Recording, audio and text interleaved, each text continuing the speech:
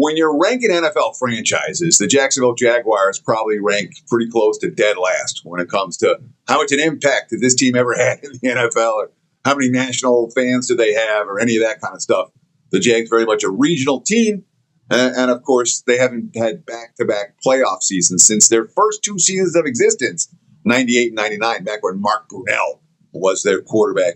It's been a while. And yet, last year, the Jags won 13 games, a 9-win improvement from where they were in 2024. And they did win 10 and 9 games in 22 and 23. So the arrow has been pointed up for Trevor Lawrence and company. They won the division title in 22. They won it again last year.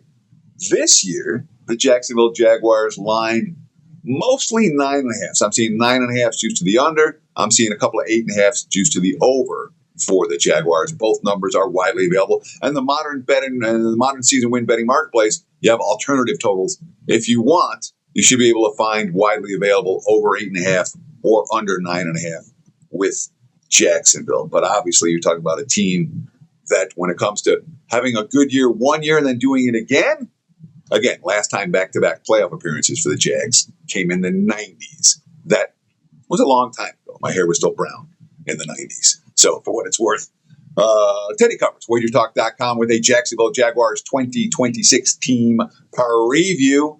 I want to talk about my season pass for just a minute. All right. You can buy my NFL season win report, which is 105 and 56, 65% long-term over the last 25 years. It's 77% with the big ticket, 17 and 5. That's $199 for the report. You can get my full season. And again, I recognize it's not for everyone. There are guys of you that want to partner up, and there are guys that don't. My full season, including the win report, including every preseason game, every regular season game, every postseason game, the Super Bowl, the win report, any props, everything, $5.99. Full season, no BS, no bait and switch, no nonsense. Take $50 off. Promo code Teddy50 at checkout is going to get you my full season NFL with the win report included for $5.49. Take advantage. Let's partner up. Teddy50 at checkout. Again, full season, $5.49, and that will get you the win report right now in the NFL. So the Jaguars have Trevor Lawrence, who is an elite quarterback, former number 1 pick, a guy who the league has a vested interest in being a star, a guy who's becoming a star. They won the division title last year. They returned 10 starters back on offense. They bring the offensive coordinator, Anthony Campanella, back as well as the defensive coordinator, Xander Decky's coming back. You have Liam Coen, who in his first year as a NFL head coach did very, very well. And of course, Cohen's a guy who everyone has talked about his ability to turn the quarterback whisperer, turning mediocre offense into good offense as he did in Tampa Bay. And certainly the Jags last year were a good offensive ball club in Cohen's first season at the helm. Now, one problem with the Jags, all right, a couple problems with the Jags. You have James Gladstone got the GM job this past season. He's 34 years old. He had 9 years with the Rams, but I can't say that I loved the youngest GM in the league and the decisions he made this offseason. I can't say I loved his draft. And obviously they didn't have a number 1 pick after the deal for Travis Hunter last year, moving up in the draft to get him. So from an off-season resources standpoint, didn't love the GM hire, and I don't love a lot of the moves that they made. That being said, and also they had $50 million in dead cap money, which is a concern for a team that's supposed to be with the arrow pointed this way. It's supposed to be competing for titles right now. And as a result, when you have $50 million in dead money on your salary cap, you don't get to sign a whole lot of free agents. Only one significant free agent signing. That's the running back position for the Jaguars. So not even on one of these marquee positions where you want to put resources in. Now, they do return 8 offensive linemen with starting experience. All right. With NFL starting experience. All 5 from last year return, plus the guys coming back from injury, and et cetera, et cetera. There's an offensive line that should be able to protect Trevor Lawrence this season. And when Lawrence has time to throw, he's a pretty darn good QB. From a weapon standpoint, Parker Washington, Jacoby Meyer, and Brian Thomas, and Travis Hunter, They have weapons. They put resources into the receiving core. So you have an offensive line that looks pretty good. You have a quarterback who we like, and you have a receiving core that looks solid. Offensively, the arrows right now and you have a play caller who we like a lot in Coen. So offensively, Jaguars continue to have the arrow pointed upwards, just like they did last year. Before I talk about the Jags on defense, I want to talk about the Survivor contest. Splashsports.com/wager talk. Password wager talk is going to get you $100 back. It's a $1,000 Survivor contest, the biggest one in existence because it's $21 million prize pool.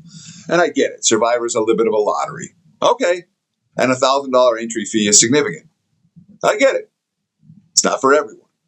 But if you're interested, splashsports.com/wager talk, password wager talk. Sign up for the contest. You'll be competing against me. You'll be competing against Kelly. And in Vegas, you'll be competing against a bunch of the wager talk guys. And you get $100 back to use another contest, your quick picks, single game parlay type of stuff. Just use that promo code again, splashsports.com/wager talk, password wager talk. Get that $100 for free in this $21 million Survivor contest. Should be a lot of fun. Hopefully it'll be lucrative for somebody. If you're interested, again, splashsports.com/wager talk. So on the defensive side of the football, last year they did a great run defense. They really did. But they couldn't sack the quarterback. The pressure on opposing QBs just wasn't there. They did create turnovers, despite the fact that they weren't sacking the opposing team. They signed Trayvon Walker to a contract extension. He only had 3.5 sacks last year. That number can be projected to go up. They lost a Pro Bowl quarterback, Devin Lloyd, to Carolina. And Travis Hunter, a guy who they put a ton of resources in. Obviously, you traded up to draft him at the top of the first round last year. He didn't do anything on offense. He only played in 7 games on defense at cornerback. They're expecting more from Travis Hunter this season if he can stay healthy. This is not a defense that comes into the season and we go, oh, yeah, they're loaded. But that being said, they're lined at 8.5, 9.5 win team. So it's not like the Jags, if they go 9-8, you can find a way to cash an over ticket with the Jags. If they go 10-7, you're going to cash an over ticket everywhere with the Jags. And 10-7 is down from where they were a year. Were they 14-3 last year, 13-4? I can't remember. What were they a year ago? I'm supposed to know this stuff. And instead I have to look at it. I can't remember if they were 14-3 or 13-4. Doesn't matter. They lost they lost 4 games. So they were 13-4 a year ago. And lined this year like they're going to be at least 3 wins. They can have 3 fewer wins and still cash over bets for everybody. So the markets know what they're doing when it comes to a team like Jacksonville. We expect some regression, but they're not supposed to be bad. And look, this team was number 3 in the NFL with a plus 13 turnover margin a year ago. They were tied for number 2 in the NFL, yards per rush allowed, only 3.9 yards per carry all season. They were top 8 in yards per pass attempt, pass defense, and they faced one of the easiest schedules a year ago, top 4 easiest schedule. This year, not quite as easy. They face the NFC East, so you have teams like Philly and Dallas and Washington, all of whom could be decent. Who knows how good the G-men are going to be. You have the AFC North, which is a relatively tough division. Cincinnati, Pittsburgh, Baltimore all supposed to be pretty good. There are 3 extra games, Denver, New England, Chicago. None of those are pushover opponents by any stretch of the imagination. So their schedule much tougher than it was a year ago. Their defense, their statistical profile, difficult to match what we saw a year ago. And when you're going from one of the easiest schedules to a much tougher one, it's hard for me to ask Jags to go over the total. There are things I like about this team, all right? But if I'm playing the Jags season wins, I can only go under their number. Will Jacksonville make my NFL season win report? Are the Jags under strong enough to bet? Or is this just a lean? Check it out. WT.buzz/TC to get on board with that season win report. And again, we released 5 plays with part 1 of the report. Part 2 will come out after the preseason. We can take advantage of betting market overreactions over the course of the next month. Thanks for watching Wager Talk TV. Stay tuned right here on this channel for more NFL team preview videos. And boy, again, we appreciate the likes, the comments, and the follows very, very much. Splashsports.com/wager talk is the Splash Sports contest. My homepage, www.buzz/TC. Thanks for watching. Have a great day. Cheers.